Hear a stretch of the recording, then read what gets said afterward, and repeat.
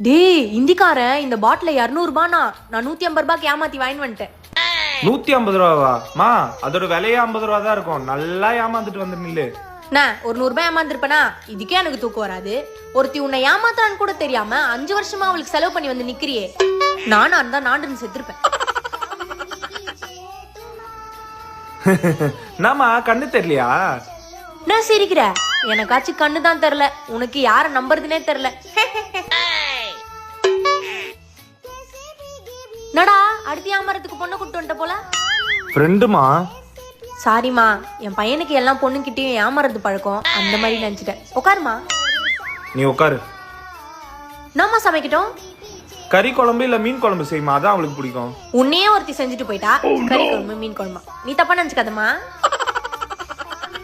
ஏன்பா டனல்னு ஒரு படம் வந்திருக்காமே, கூட்டு பையன். மா போமா. ஏமாத்துறவங்களை தான் கூட்டு